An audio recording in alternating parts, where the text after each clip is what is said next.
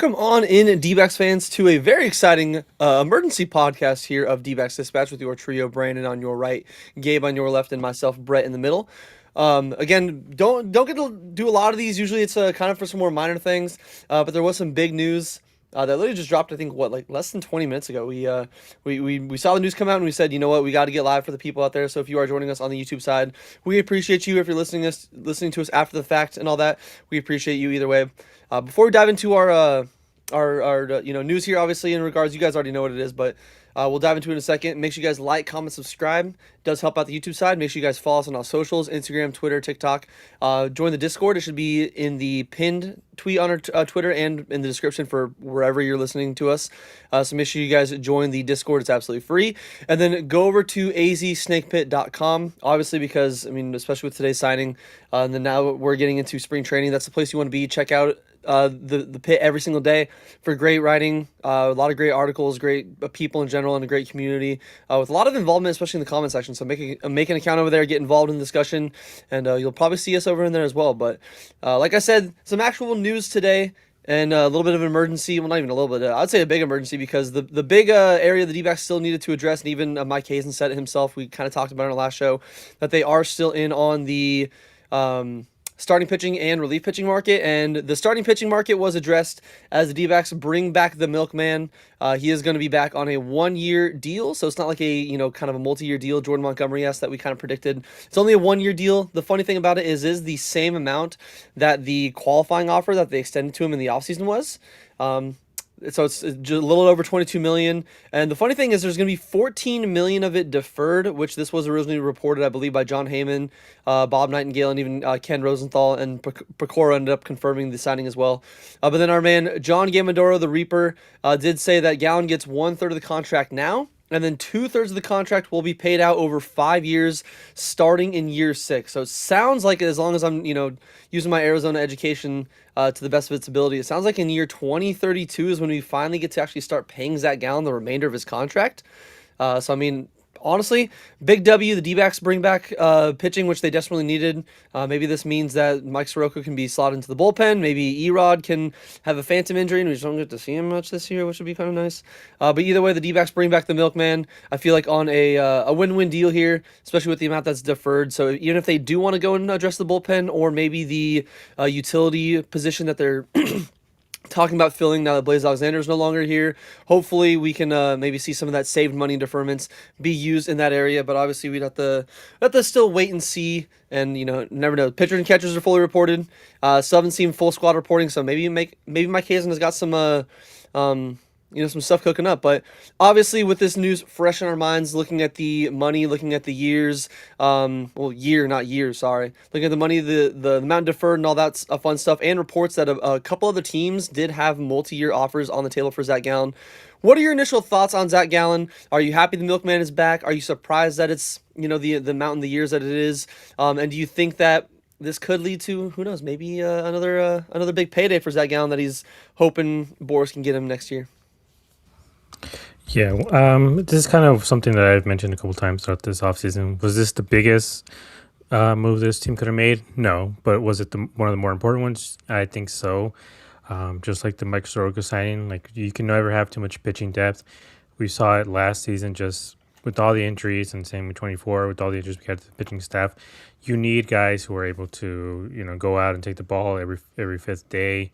And Gallen, for the most part, has been that guy. Like, he just, he truly hasn't been that injured for a large portion of his career. He has, for the most part, been able to put up 150 plus innings year after year. Like, really, the only time he's had any sort of injury was just that 1 year where he was doing electrical work at his house and like shocked his finger or something like that, or cut his finger.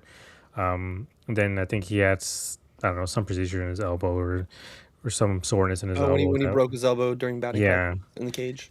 Yeah, some weird stuff like that, for the most part, haven't really flared up. But he has been one of this team's most consistent starters, and I know this last season just wasn't that. But as of right now, what matters is, getting to opening day. Like, we saw already a couple guys go down. So all you're trying to do is get to opening day, have your rotation set up, have every guy know their role, and I think that's kind of the most important part here. Is just everybody knows their role. You have a guy who can throw 170, 180, even 200 innings, which is going to be huge for this bullpen, which we've seen. It's incredibly thin and not very good. Um, so having Gallen being able to go 6 or 7 innings day in and day out, and I mentioned this before, him being able to go 6 or 7, same with Merrill, Ryan Nelson, and we'll have to see what happens with Brandon Pfaadt this season if he takes a step forward or just continues this sort of regression that he had last season. But then Erod, if he's the fifth starter, he gets 5 innings. Whatever. Like for the most part, the bullpen is going to be a little bit more rested than it would normally be without this guy. And what you mentioned earlier, Brett, one of the most important aspects is that Mike Soroka can go to the bullpen, so he becomes one of our actual elite arms in the bullpen, a proven arm as well. He had great success last season in the bullpen for the Cubs, so being able to have that luxury of having a guy like Soroka for what $7 million. I don't think he's going to be the closer for this team or anything, but having a guy who can go out there and pitch in the seventh or the eighth, or even get multiple innings from Soroka, who's to say we can't do that as well, or have him piggyback off of Erod, or Erod can only go 5. Put him out there for a couple of innings. Again, like Torey Lovello said, and it's the philosophy I've always had when thinking about bullpens is working backwards. You try to, you can only plan so much, but try to work backwards in the game, add up the innings, and then eventually you get to the point where you know how the game is ending more often than not. But for the most part, I do like the signing. Again, I don't like that we're just completely running it back, even though we're running it back with Paul Meatballs now as well. We'll definitely get to him in a minute. At this point, I'm like, just bring in Mark Melanson, Brad Boxberger, what's his face, Fernando Rodney. Just bring all of them back. Screw it, just do it. We're gonna be running it back. Just do it at this point. So I do like the signing. Like I said, just being able to get a reliable guys and go 180 innings. If he can sort of repeat what he did last season, again, I'm not asking for a guy to have a 2.5 ERA or something like that. Like as long as Gallen can do what he did last season, about 3.5 ERA, even 3.7, you're going to give this team a chance to win. Like I know this offense isn't exactly powerful, as we've seen in other seasons, but you have enough speed, you have enough guys that can make contact with the ball. So the problem for the most part on this team hasn't been the offense; it's been the pitching, and it's for the most part been addressed to a certain extent. But again, as the season wears on, we will be able to see if this works, and if it doesn't, again, with how much money is deferred later on, they can, for the most part, cut ties. And with how cheap, relative this contract is, if this team again isn't in contention at the All-Star break, they can probably move on from him a lot easier than they could last season, because they still owed him like close to $8 or $9 million last season off of that contract. So a lot of teams didn't want that, and this season, come to trade deadline, it's probably just gonna be a couple million. Yes, I think the thing you hit the nail on the head the most there, that I think a lot of us can agree on, that he has been the most reliable D-back. Maybe some up and down, some bumps in the roads there, but I mean the 192 innings, I think that's one of the most innings he's had in a while there. Yeah, so the most since 2023, obviously, when he was an All-Star, and the second most in his entire career. So I mean, just having someone be able to eat innings and give the bullpen as much room to kind of grow as possible is I feel like is the key. Just because you want to limit it. I think even Jose in the chat here saying, correct, this was the move to bolster the bullpen via the rotation. I think you also had a great point there, that this alone gives them a little bit more options to work with. They don't have to necessarily rely on some of the young guys. People can have more established roles. And again, we've said it all off season with a lot of things. It just gives them more depth, and depth is something that you can never have too much of, especially in the pitching department, whether it's in the bullpen or starting rotation. So honestly, I think the biggest thing for me is just the deferments. I think that's huge. Even if they don't spend that money on somebody else, at least it's we're getting him back on a deal where again, deferments are bad when you're deferring like 600 plus something million to the best player in the entire sport. But things like this are why it's meant, and why they should still be in the in the league is for teams like this that might be on a smaller budget. The ballers on a budget and all that fun stuff. But either way, I'm excited. I know Gabe's excited. I know everyone else is in the comments excited here. Obviously, we have Victoria, Jose, Red Sox Nation, Sean. We appreciate you guys all tuning on in here. Obviously, everybody else, again, if you're listening to us after the fact, thank you for hopping in here on the live chat. There's a lot of great D-backs podcasts out here, and we appreciate you guys tuning on in here. And I know there's gonna be some other ones that are doing some live shows, so we appreciate you guys tuning on in here a little bit early on your Friday nights. But yeah, I'm pumped. If we can, especially we've said it all off season, if we can get second half Zach, I think we'll be very happy with this contract, and we'll probably only see him for the 1 year before he eventually gets a big payday. But either way, like this is the first card my wife ever got me for our wedding anniversary for our first year. So I've always been a big believer in Zach Gallen. So I'm glad, not just for, I'm not even going to resell these. These are always going to stay in my PC, even if he goes to be a Dodger. But I'm just glad to have him back because I still think he's a great pitcher. And again, we can never have too many arms in the rotation, but it's definitely something I wasn't expecting to see on our Friday night. But Brandon, passing it on to you here. I guess the question would be, did you expect the kind of news like this? I know it's a little bit past pitchers and catchers where he said that he wanted to be on a team before that happened. Obviously a few days into it, but hey, better late than never. Are you surprised at all that he has returned to the Dbacks? The year and the money involved, the amount of deferments and when they kind of start.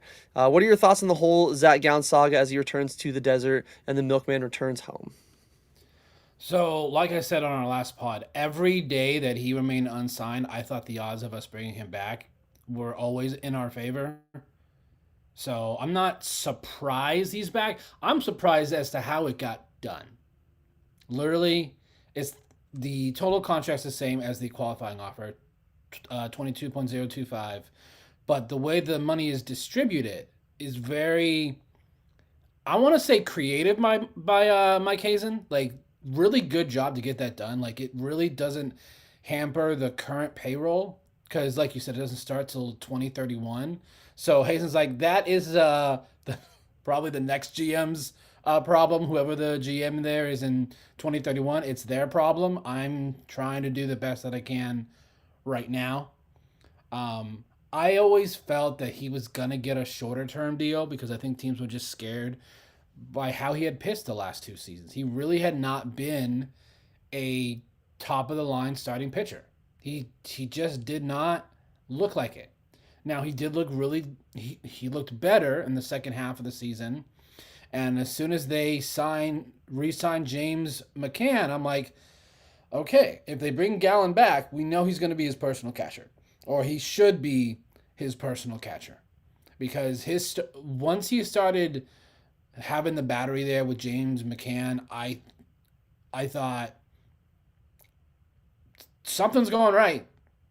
I don't know if it's just the fact that they took away pitch calling from him, because we would see that was one thing that he didn't have anymore. He was awful with calling his own pitches. So they took that away, and that's when you saw him have that great second half of the season. And like Gabe said, like, give me a 3.5 ERA Zach Gallen. I don't know if that's enough to get him a long-term deal next offseason, but I think his market would be better. His market this year was, as we heard numerous times, was robust, was the word that was used. And I was like, that's an interesting word to use for his market, but it's not wrong. The fact that he had 13 wins last year, that's still really impressive. Like, he goes deep in the games, and that's what you need with a lackluster bullpen. Is you need starting pitching to go deep. You need inning eaters, and we have probably 3 of them. 2 for sure with Gallen and Kelly. I think Ryan Nelson could be that too. If Ryan Nelson can go 6 every time out, that's 3. And that's going to help the bullpen because they won't have to use all their top guys back-to-back days. So that's going to help. My question is he already here? Is he going to report tomorrow? Is he going to be at the MVP party tomorrow there for season ticket holders? Because they did post the schedule, and it did say, like, at the bottom, basically players appearing are subject to change. So I'm very curious if he shows up to that tomorrow, because in years past he has. So I'm not like overly excited that they brought him back. I'm not like doing like running across my room, doing jumps off my bed excited, but I am pleased that they brought him back, because he's gonna eat up innings so well, and he always has. As long as he's healthy, he will give you 5 to 6 every time out. And with this bullpen, this lackluster bullpen, I think that's going to go a long way, especially, like I'm repeating myself, like you have 3 guys that could potentially do it, and it could be the top 3 guys in the starting rotation. I think you could, in terms of who's the one, who's the two, who's the three, I think you can interchange all 3 of Gallen, Kelly, and Nelson. I think they're all twos. Personally, I would say they're all twos. I think Nelson's like at the bottom of a 2, more of a 3. But if he can take a big jump this season, he's definitely a number 2 in the starting rotation for a lot of teams. So yeah, it's going to be excited to have the Milkman back. Curious, does he fire Scott Boras? Because Jordan Montgomery did it. I think So at least the I'm difference with curious. Zach Gallen versus Boris was, I mean, Montgomery came off of that World Series performance, and I think a lot of people expected just that alone to get him a big. And we even talked about it when the signing for him happened. He was a pretty consistent pitcher, so I think it was a little surprising. I think Zach Gallen is a little more of like forced, like, hey, do you want to fire me because you were dog shit for a year and a half? Like, sorry, I'm not the one. I'm not the one giving up meatballs. Like, I'm not the one taking a page out of Mr. Paul's book there. So I personally don't think he's going to fire Boris. But who knows? Crazy things have happened. But I think if anything, the fact that he did get this deal and all that money, I think if anything, he's going to be like, yo, Scotty B, let me take you out to Morton's and buy you a nice steak. Thanks, appreciate you getting me, 22 million, where a lot of other teams probably were offering me, even if it was a multi-year deal, 13, 14, 15 million, closer on that end, and they said, you know what, like we'll take what we can get, but. Yeah, Yeah, but I think this was something that we talked about as well. Is that like Gallon just had no real tangible value for anyone. Like because you look at his first half numbers and the regression he had even previous to that, and then you look at that second half numbers. Most teams, I'm sure, were stuck wondering like, what is this guy? Is he going to be a 5.5 guy, or is he going to be a 3.3 guy? And I just don't think most teams were, especially contending teams, weren't going to be willing to give him a long-term contract. Maybe they were more confident with giving him the same sort of deal, which is 1 year, 20 million, and then maybe an option for a second year or something like that. But what if he doesn't work out?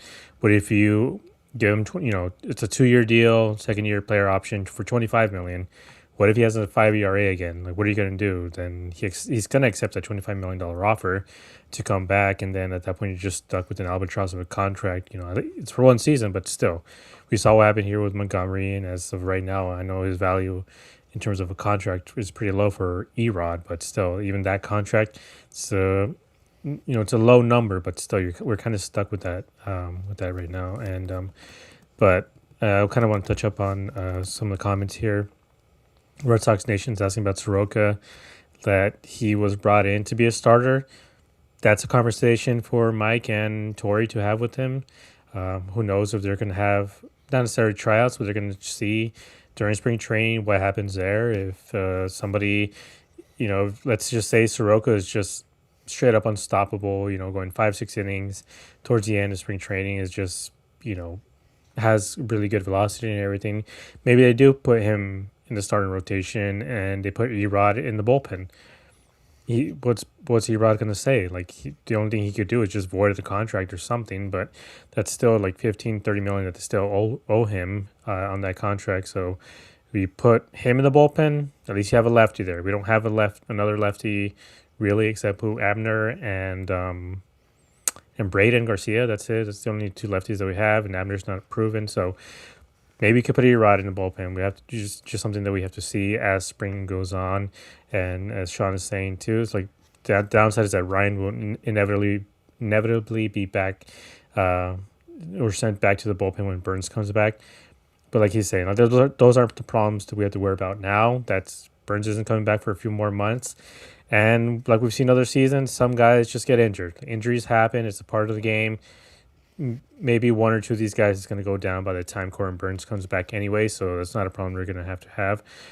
But either way, having too many pitchers is a good problem. We saw it with the Dodgers. They have 8 legitimate starting pitchers on there, and half of those guys, don't survive even the first couple of months of the season, and they come back for the postseason. So the more starting pitchers you have have available to you, I think the further you are able to go into the playoffs, even if they're not elite the way the Dodgers are. But still, like we've been saying, you need innings. You need guys who can eat up these innings, and this is kind of in addition to the bullpen. And for the most part, I think it's a really good move. And we saw the run this team went on last season. I believe they finished 5 games over 500 after the deadline as well. So that's kind of who they're running with. Make some additions here and there. Corbin Burns comes back. J Mart, Puck. This team could suddenly be closer to 10 games at the deadline instead of 5 games below. Yeah, and I think Jose even one of the things he's bringing up in the chat there, saying they brought him back to sell tickets. You should be very excited because everyone said we wouldn't have them both back. Which maybe they didn't even just have him in the. I think they're more. I mean, that's a fantastic point. Obviously, people are still going to be excited to have him back. Obviously, I think it was more on roster construction, but at least on the point of we all thought they would both be gone. Literally, I remember in our shows, freshly in the offseason, we were like, yeah, I don't think we're getting either one of these guys back. It sounds like we're not going to have much money to spend. And obviously, seeing how we didn't really spend that money in the bullpen like we were all hoping they would, or even going after a guy like Paul Goldschmidt, they went some, budget routes here and there, obviously, especially bringing back Meatball Paul, which we can get some quick thoughts on him in a minute before we get out of here. But yeah, I think having them both back is fantastic, and even as... Oh, shit. Looks like we lost Brett there. Okay, I thought it was me. No. Oh, shoot. Now we lost you. I don't know if this is me. Yeah, so yeah, just give them a few seconds here to jump back, but yeah, as Brett was saying, like at the beginning there of the off season, we really didn't think we'd get both of them back. There we go. So I don't know what happened there. There we go. You guys are back. All right, Brett, you were saying. Oh yeah. So yes, I think just having like both of them back, like even Jeff Irving, our man Jeff in here saying masterclass by Hazen paying $30 million in 2026 for Kelly and Gallen. I don't think we kind of figured that you wouldn't get. I mean, especially the fact that he turned down the qualifying offer at 22. Like, I don't think any of us would have expected that we would have seen this kind of combined contract for either one of these guys. But I'm just happy to have the Milkman back. I think that this does get a lot of us more excited. And hey, competition brings out the best in anybody in any in any job, any aspect, even in like just other like in a men's league baseball game competition, like it brings out the best in you guys, to where at least in for the Dbacks, having all these pitchers, like these guys really got to be on their game. Especially I know in spring training they don't get as many opportunities to prove that they earn those spots. Like they're only pitching 2-3 innings at most, and you're only going to get probably 4 or 5 starts to prove that you can win that rotation spot. So who knows, maybe like I think Brandon said about Mike and Tori having to have that discussion. Or sorry, Gabe said that Mike and Tori have to have the discussion with Soroka. But I think he's a big leader. He's still getting paid $7 million. So even if he gets paid $7 million to be in the bullpen, I think he just would rather be on a major league spot no matter what. But all I can say is that I'm absolutely hyped. I know this is washing the taste of the return of Meatball Paul out of, I think I would say, a lot of our mouths, as after yesterday, a lot of us were like, "Oh, dude, like, okay, cool." But you know what? Paul's back, Gallen's back, Kelly's back. We need to go get Christian Walker, and then maybe go see what Emmanuel Rivera is doing just for shits and giggles. Just get Andrew Chafin. Why don't we just Chafin? Run it back with Andrew Chafin? The entire 2023 power of friendship, as Jeff put it, just back in the lineup. But yeah, so I think the excitement will definitely be here for just the entire fan base. As the one downside is obviously we're opening up the season against the Dodgers, and I feel like the Dodgers have definitely have had a little bit of a a better track record against Gallen as of late. So who knows? But I'm much more comfortable going into the season with Gallen, Kelly, and Ryan Nelson probably as our 1, 2, 3 to start it off. And then once we get Corbin Burns back, like this team just gets a lot stronger. And I'm in a much more. I feel like we're all in a much more comfortable place seeing how this rotation is stacking out. And we're not as worried about what this team is going to look like going into 2026. But moving on, I guess obviously I know we have a lot of time here. Some of us have some prior plans that we're going to be getting here soon too. So again, we appreciate you guys tuning on in. But there was some other quick news, obviously, that we'll touch on really quick. One of them came before the other one. Both. Depending on how you look at it, both could be sad. One could definitely be sad. One could be, maybe optimistic. Corbin Carroll will sadly not be playing for the baseball version of the Dream Team as he broke a hamate bone in his hand, hitting some batting practice, hit a home run, then hit a foul ball, and he said he felt, the hamate bone, especially the little bone in kind of this area underneath your pinky. So he broke a bone, got surgery. He will be missing at least a few weeks of spring training. No guarantee whether he is going to miss or be on the opening day. Or be there for opening day, but either way, he will be missing at least a little bit of time, and we don't get to see him in the World Baseball Classic, so that was unfortunate to see. But then another thing that, like I said, I don't think any of us were necessarily wanting or expecting, but good old Meatball Paul Sewald is back. Yes, I know he was good in 23, but the most of 24 and then even in 25, he's not the greatest. Again, if he can just get the location, I think that's his biggest thing. But like we saw in 24, when you're throwing, very low 90s and you're missing over the middle of the plate, you're going to get hit very hard. And I hope we don't get that version of Paul Sewald.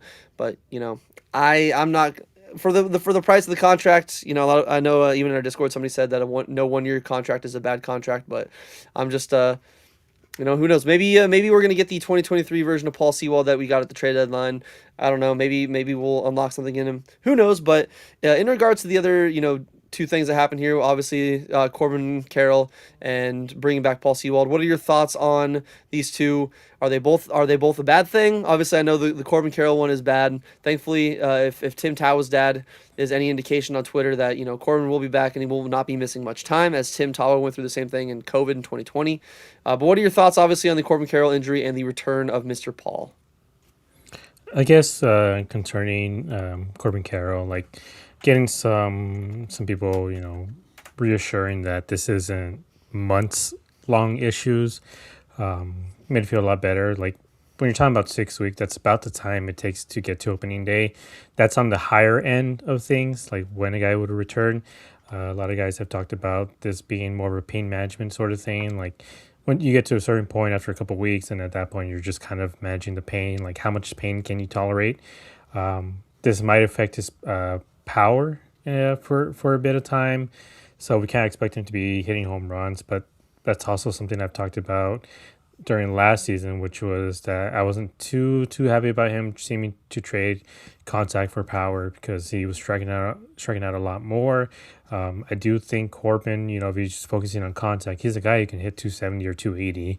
I think his ceiling is a Ronald Acuna type of ceiling, and so far we haven't fully seen that from him, just because again he seems to be focusing a little bit more on power this last season. So I can see why, when you're losing about 80 home runs from Gino and Lourdes and from Naylor, like I can see a guy like Corbin just trying to hit more home runs just to make up for that. But overall, I'm not so much concerned. I am sad he's going to miss the WBC, because that does put the biggest players in the biggest markets, available for the sport. So, he could have made a lot more fans here, at least in the U.S. or parts of the world. So, the WBC makes stars out of guys. So that would have been really cool for him. But, as long as he's healthy for the season, I think that's ultimately what matters here. And it seems like he should be able to come back, have some rehabs, maybe not rehab starts, but work out in the facilities here at Salt River, and he hopefully should be ready to opening day. So this is it's not a nothing burger, but it's something that I think it's nothing huge to worry about. And concerning Paul Sewald or Paul Meatballs, I don't know how long they're going to keep that contract. It is for $1.5 million, so we'll just have to see what he can offer. I was a little disappointed that was the move they made. He had a 90-mile-per-hour fastball last season, if you look him up. So he was having trouble when that thing dipped to like 93 in 2024. So I can only imagine what 90-mile-per-hour fastballs from Paul Sewald does, like 1.22 whip. So it's not something where he just had bad luck or something in a short amount of innings. He just seems to be giving up a lot of home runs, and I don't want to see him opening weekend against the Dodgers at all. So Paul Sewald, Unless we're you up know, 10-0. yeah, like I'm hoping that he returns to some sort of form. There's been a lot of talk about him just trying to find the location if he's able to locate. But like I've said with the J Mart, I'm like, throwing 103 down the middle and throwing 90 down the middle is a huge, huge difference. It's a difference of about 450 feet. Like Paul Sewald cannot miss at all, and even then, even if he misses, if he throws it a little down, most of these big leaguers can get a ball, in the corners if it's coming at them at 90 miles an hour. So I guess we're just gonna have to see what he has during spring. Maybe he worked on a changeup. If he's gonna have a 90-mile-per-hour fastball, he has to pair it up with the changeup the same way Greinke did. So I'm hoping he evolved a little bit and isn't so focused on throwing that fastball, up and in at 90 miles an hour, because then guys like Corey Seager would just destroy that, or whoever it was that hit a home run in Game 5. Thank you for the Vietnam flashbacks. Oh, Semyon. I think Semyon took him deep in Game 5. Yep. Yeah, I don't like. when it was like 3-0, and then after that, it was just kind of it. Yeah, I don't like reliving that World Series as much as possible. Game 2 was fun. Everything else, And we're tied. like I even saw the clip of Tommy Pham in Game 1 hitting that go ahead home run, and I was like, oh, dude, fucking take me back. Oh my god. If we could just relive it and maybe be in the reality where he doesn't throw meatball to Mr. Corey Seager. But yes, I like how even Red Sox Nation in the comments saying that Corbin Barrels says Sewald is good once. He can find it again. If he sucks, kick him off the team. Veteran leadership for the young kids in the pen. Again, just off the value of the contract, like I don't fully hate the move. It's just I'm not gonna hold my breath. I'm still gonna root for the guy. I don't root for anybody against anybody on the team unless we signed Trevor Bauer. I hope the dude would like just have his arm explode. But like I don't root for anybody or root against anybody on the team. I want them all to do good. Just I'm not going to hold my breath, and I'm not going to be surprised if we get the same over 4 ERA Paul that we saw in 24, and then even kind of the Tigers and Guardians saw in 2025. But Brandon, passing it on to you here. I know we're pushing our time a little bit. We're going to be getting our final thoughts in here in a minute. But what are your thoughts in general on obviously Corbin Carroll unfortunately going to be missing time not only in the World Baseball Classic but in spring with the broken hamate bone, which crazy he already got surgery and he's just back out there annoying office workers inside doing his work. And then your thoughts on Mr. Paul Meatballs returning to the D-backs bullpen in 2026. I was just like, we can't have anything nice, can we? I'm like, just another one. But it did make me feel a little bit better. Like after seeing, like, it's not a common injury, but it's not like a 2-3 month injury. It was weird. Three major players had the same bone break in their hand in one day. Francisco Lindor, Jackson Holiday, and Corbin Carroll. They all broke that same bone in their body, in their hand, which I was like, what are the odds? What are the chances of that? I am bummed not to see him in the World Baseball Classic because I would have loved everyone to see him on the international stage. Like everyone see just how good he is, how great, and see why we love him so much, and see why he is a MVP candidate. He does have the tools to go 40-40, maybe even 50-50. I'm talking about homers and steals. I think he has that kind of power. This is going to hamper it a little bit. He probably won't have that full power back for probably a little bit, probably May, June, potentially, unless he's just an absolute freak, which I don't doubt it. Seeing just the fact that he has the surgery and the next day he's back at the complex still working out. When I first saw it, I was like, all right, who are we cutting from this team? Who hit him in the hand? But later found out it happens a lot on just you swing in the bat. So he wasn't hit by a pitch. It was literally on a foul ball. Just he swung and the bat, the bottom of the bat just broke that bone because that's right where that bone sits when you're holding the bat. So that really does suck for Corbin Carroll, but hopefully if he's not there for opening day, maybe 1 to 2 weeks after that, so we shouldn't be without him for too long, because we know this team goes as Marte, Carroll, and Perdomo go. So we need Carroll there at the top of the lineup. There, I think he slots really good into the 3-hole. I truly do think that's a perfect spot for him. The ability to drive in Perdomo and Marte. As in Meatball Daddy Sewald coming back. I don't know. Like, I'm just like, I know we lost Saul Frank and they wanted to replace it with a bullpen arm, but you couldn't go anybody else. Like, I get it's a no risk and all reward type of situation because it's not costing you any money at all. Maybe him being in a familiar environment, maybe he does well. Just don't have him be the closer, please. That's all I ask. Torrey, do not put him in the closer. I'd rather you use Ginkel. I think a healthy Ginkel. Because at least with him, he throws hard. He throws 97. So, like Gabe said, missing down the middle, 97 compared to 89. Again, it's not J-Mart missing 103, but 97, you can get some guys to chase on that. So that's why Ginkel's my pick for the closer to start the season. So we'll just have to wait and see. There's a lot of stuff up in the air. We don't I know it's a major league deal. What if he doesn't make the team out of camp? What if he does pitch that bad and they're like, okay, 1.5 million. Sorry, Paul. We just we can't have you there because I know it's a major league deal and it almost feels certain that he has to make the roster.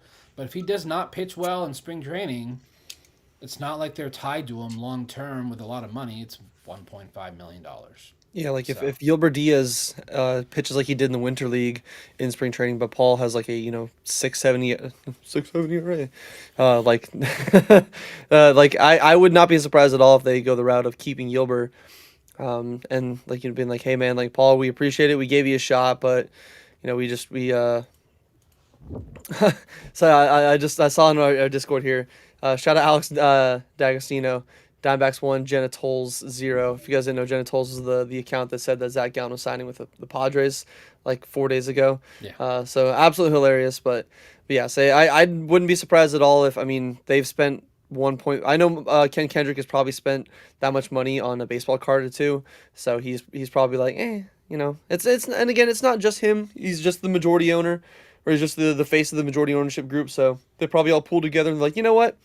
We can avoid paying our trip to the Bahamas for a year. We can give Paul Sewald another shot here, but either way, it's a move nonetheless. I still think that there's I agree with Brandon. Still some other names you could have gone after like Danny Colum or just any other bullpen pitcher. But hey, I think it's a very low risk, high reward. As long as again we're not giving him a lot of high leverage, because I think even in a Discord somebody's saying that I could see him being a nice 6th, 7th inning, another 6, 7, another kind of low leverage. Hey, we just need a few outs here against the bottom of the order, just get us over to the top for some of our big dogs, and he still can be, I feel like, an asset, even as Red Sox Nation did, especially in the bullpen. Maybe he has some veteran leadership that, maybe doesn't show on the field, but will definitely show off the field. But, we have to wait, just make sure, he at least makes it through spring training, as Brandon said, because, there's no guarantee. But because like I said, I know we're here for a quick, emergency podcast. We do appreciate you guys all tuning on in here, all of you legends in the chat, all you legends listening after the fact. So seriously, thank you very much for hanging out on a Friday night. But obviously the main thing here with Zach Gallen returning here, any final thoughts you guys had to maybe want to circle back for Zach Gallen? Maybe anything else you didn't touch on earlier, anything you wanted to double down on now that the Milkman is officially going to be continuing his routes here in the desert? Yeah, I think one of the, like you mentioned earlier about Zach Gallen having multiple offers before, something that I've talked about as well is just the fact that this team knows him. He knows how to work out here. He knows the trainers here.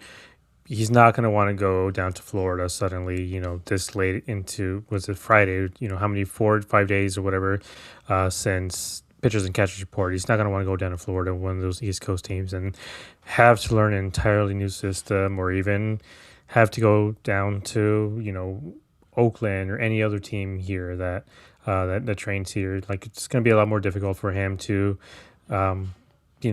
get things rolling, get things started. So this way, again, he knows the Diamondbacks. They know him, and he knows what he has to do to train and to be ready for the season.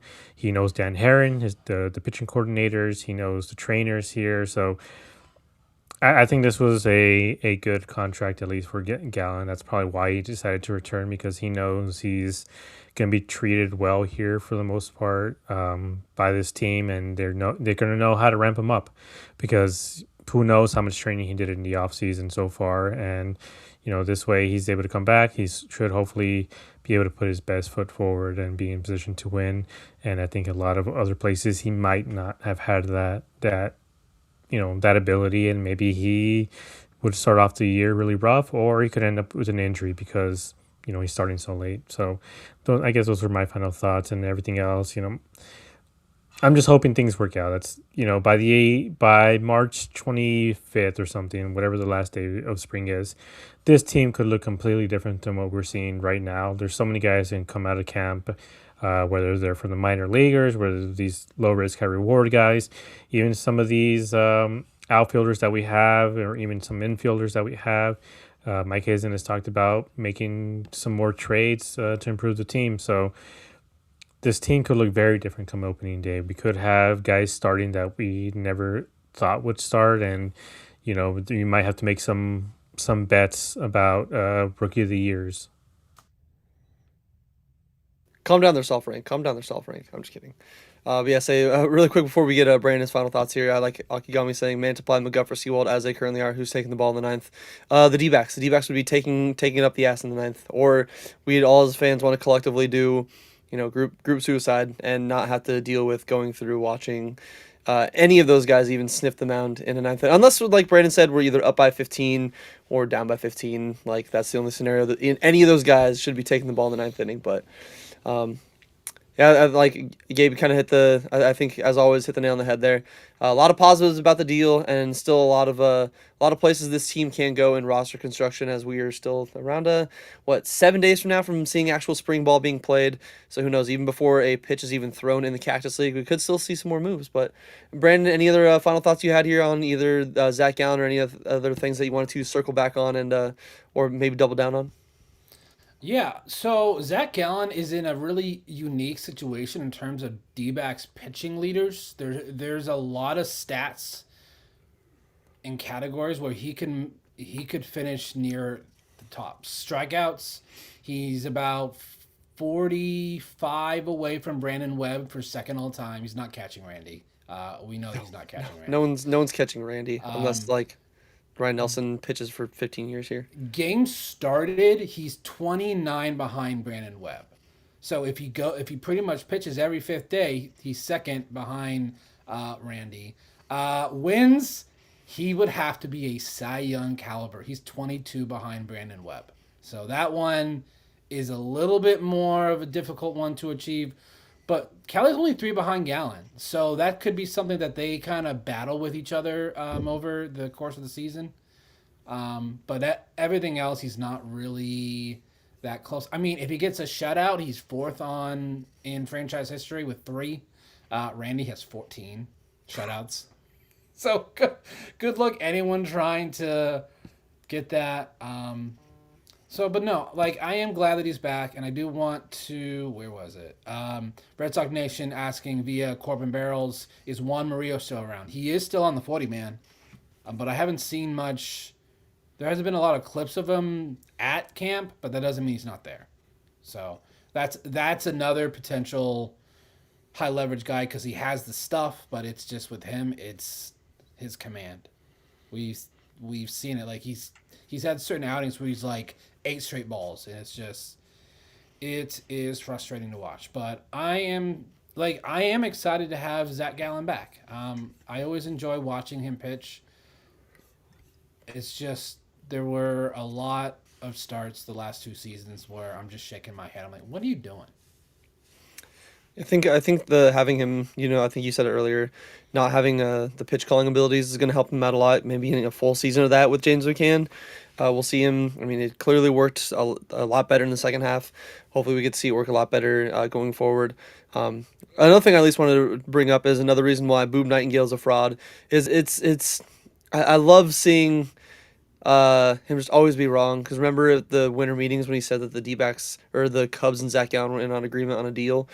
Well, it's glad to see us work out a trade with the Chicago Cubs and we can get the rights to Zach Gallen back. So Boob, another L for you, another W for the entire baseball community. But yeah, I think we can all echo the same excitement. Love having Zach back.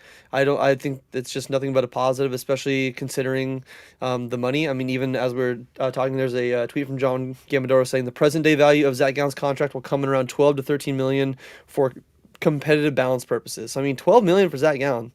Like, I'll take that all day, every day, especially in the market with with the way pitchers are getting. Like, I will take that all day, every day, and I'll be happy for it. But again, thank you very much for all of you guys tuning on in here on your Friday night for a little emergency pod. If you guys need some more emergency pods, if you guys want to discuss some more D-backs, which I'll probably be in at least one of them, maybe both of them. There are some. We don't really like to shout out some other pods, but obviously PHNX, our man Derek Montillo over there, they're doing a live show, and then obviously everybody's favorite duo, Jesse and Jack Summers for Snakes Territory. They should also be doing a live show. So if you guys want a little bit more D-backs discussion, tune on in there. I want to bring up a comment here really quick before we get out of here from Vi, legend from one of our day ones. So excited for another season with this community. We appreciate you. We are all three excited for that as well. Obviously, if you guys see either Brandon or Gabe at the MV party tomorrow, I will not be there. I got some Valentine's Day plans with the wife and our son, trying to spend the day together before I unfortunately have to work tomorrow night. But if you guys see either of them, say what's up to them, snap a photo with them, talk some ball with them, because that's what we're all here to do, is to talk some ball. And even as the Red Sox Nation saying, happy Valentine's Day, everybody. So hopefully you guys all enjoy your Valentine's Day, whether you're your own Valentine, whether you have a significant other or just anybody else that's your Valentine. Hope you guys all have a safe Valentine's Day. Again, if you're even going to the MV party, be safe out there. Watch out for the traffic going downtown, and just have a great start to you guys' weekend. But again, we appreciate you guys tuning on in here. Like, comment, subscribe. It really does help out a lot, especially if you know somebody that you think would enjoy the show. Share it with them. Share it with a friend, a family member. I think we're getting a lot closer to 500 subscribers even on the YouTube side than I think any of us even expected. So if you can help us get there, that'd be amazing. Make sure you guys follow us on everything. And while you're there, in the pinned tweet and our description for everything, our link to our Discord is absolutely free. You don't have to pay a single cent. And I don't believe our Discord will end up qualifying for the facial or having to have your ID taken a photo of. So thankfully, I think we would not be in that group of needing your ID to even be a part of Discord whenever they drop that update. So make sure you guys join the Discord. It's absolutely free. And then especially if you want some more D-backs news and related to Zach Gallen, anybody else, but you wanted some more written form, go over to the azsnakepit.com, as they have daily articles over there. A lot of great writers, just a great community in general. I'm still very happy to be a part of the pit. I've always been a huge fan of SB Nation. I'm just glad that we can officially be a part of them still. So make sure you guys do all that. In the meantime, we hope that you guys all have a fantastic rest of your Friday, a great start to you guys' weekend, and we will catch you guys on the next episode of Dbacks Dispatch. Take it easy.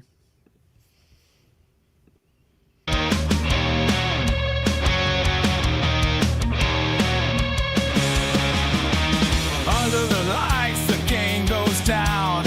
Desert heat, but we own this town. Brandon Gabe on the call, with Josh in the back, bringing it all. Fastballs hum, the bats ignite. 9 innings deep, we fight all night. Wins and losses, highs and lows, we break it down, yeah, that's how it goes.